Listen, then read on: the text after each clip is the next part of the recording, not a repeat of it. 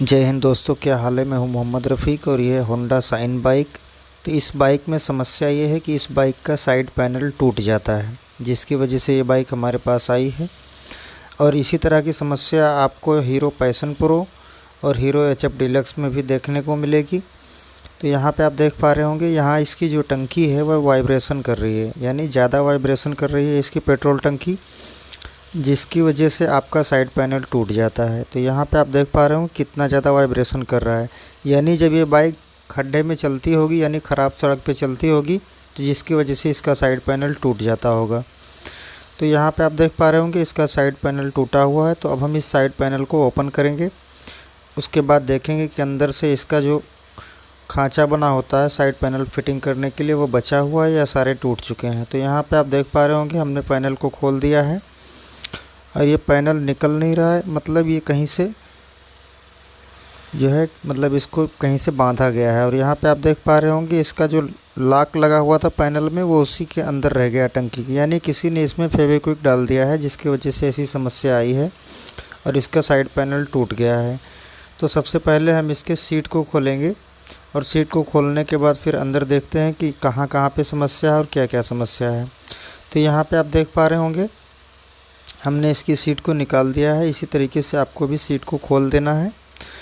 उसके बाद आप साइड पैनल टूटने वाली समस्या को सॉल्व कर सकते हैं और अच्छी तरीके से समझ सकते हैं कि साइड पैनल क्यों टूट जाता है। तो यहाँ पे आप देख पा रहे होंगे वायर से इस पैनल को बांधा गया है और पैनल पूरी तरीके से डैमेज हो चुका है। और इसी तरीके से इस साइड वाले पैनल को भी वायर की मदद से बांधा गया है, तो यानी इस साइड का पैनल भी टूटा हुआ है। आई थिंक यहाँ पे आप देख पा रहे होंगे इसका जो साइड पैनल है, यहाँ से नज़र आ रहा है कि ये भी टूटा हुआ है। तो इस कंडीशन में आप चाहे नया साइड पैनल लगाएं या पुराना लगाएं, कोई भी साइड पैनल इस कंडीशन में नहीं चलने वाला है। जब तक इस बाइक का टंकी का वाइब्रेशन ख़त्म नहीं होगा, तब तक इसमें कोई भी साइड पैनल नहीं चलेगा। तो यहाँ पे आप देख पा रहे होंगे पुराने साइड पैनल को मैं निकाल रहा हूँ इसमें से, और आप देख पा रहे होंगे इस साइड पैनल की कंडीशन क्या है। यानी यहाँ पे आप देख पा रहे होंगे कि इसकी कई बार रिपेयरिंग भी हो चुकी है और इसके दोनों खांचे जो बने होते हैं साइड पैनल फिटिंग करने के लिए, वो पूरी तरीके से टूट चुके हैं। अब इसी तरीके से इस साइड पैनल को भी हम बाहर निकालते हैं इस वायर को काट कर।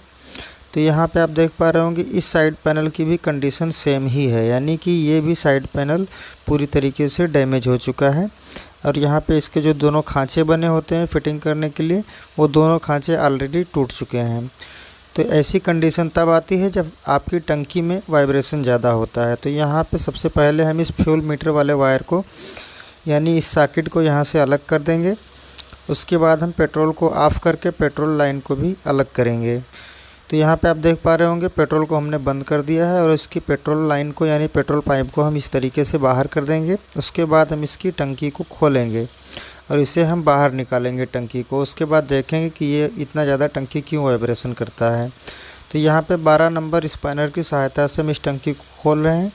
इसी तरीके से आपको भी इस टंकी को खोल लेना है और पेट्रोल लाइन और जो है सॉकेट जो होती है फ्यूल मीटर वाली, उसको अलग करना ना भूलिएगा। तो इस तरीके से ये टंकी खुल चुकी है। अब हम इसे बाहर निकाल लेते हैं। तो यहाँ पे टंकी बाहर निकल चुकी है, आप देख पा रहे होंगे। यहाँ पे हमने इस टंकी को रख दिया है। उसके बाद हम यहाँ पे आपको दिखा देते हैं, इसमें जो रबड़ लगता है जिस पे टंकी स्टैंड होती है, ये रबड़ है। इसी रबड़ की वजह से आपका जो टंकी है वो वाइब्रेशन कर रहा है। तो यहाँ पे आपको समझाने के लिए हम दिखा देते हैं कि ये कैसे वाइब्रेशन करता है। तो यहाँ पे आप देख पा रहे होंगे, यहाँ पे रबड़ फिटिंग होता है और जब रबड़ लूज हो जाता है, यानी घिस जाता है, तभी यहाँ पे वाइब्रेशन शुरू हो जाता है। इसके अंदर आपको नई रबड़ फिटिंग करनी पड़ेगी ताकि इस चाल को ख़त्म किया जा सके। तो यहाँ पे आप देख पा रहे होंगे, आपको साफ नज़र आ रहा होगा, रबड़ घिसा हुआ नज़र आ रहा है, यानी एक साइड मोटा है और एक साइड पतला है रबड़। तो इससे आप समझ गए होंगे कि ये रबड़ कट चुका है। अगर आपके यहाँ पे ये रबड़ नया मिलता है तो आप इसे नया ज़रूर लगाएं, और अगर नहीं मिलता है तो आप पुराने रबड़ से भी काम चला सकते हैं।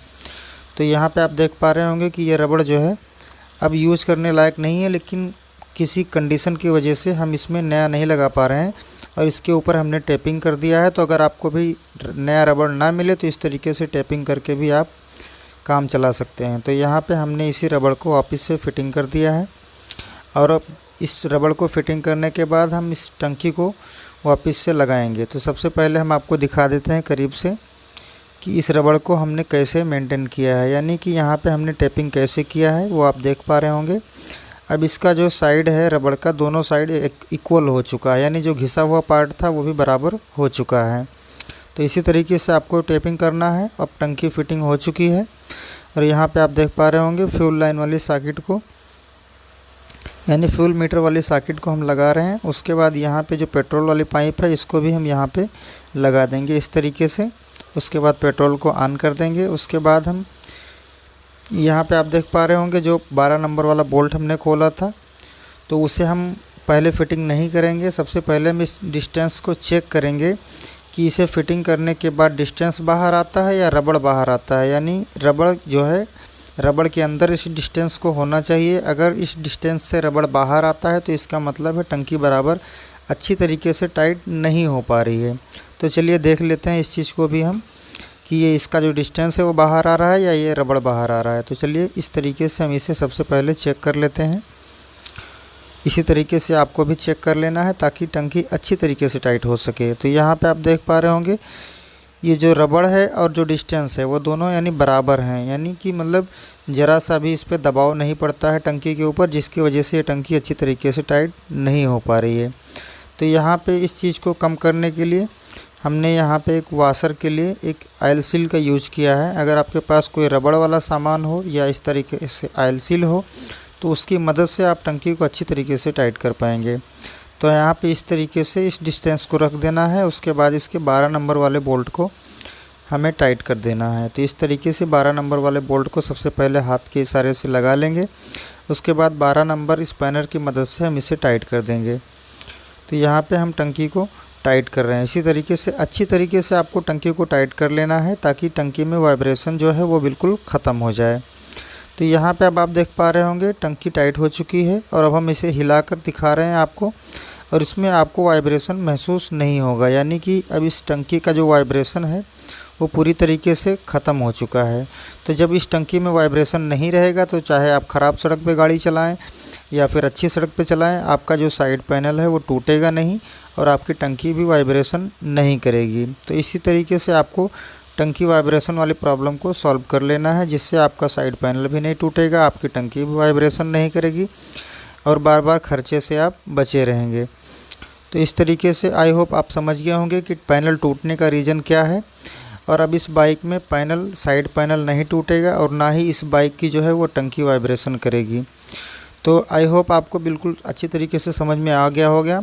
अगर वीडियो अच्छी लगी हो तो प्लीज़ वीडियो को लाइक शेयर ज़रूर करिएगा और चैनल को सब्सक्राइब करना ना भूलिएगा। हम मिलते हैं अगले वीडियो में, तब तक अपना ख्याल रखिएगा। बाय।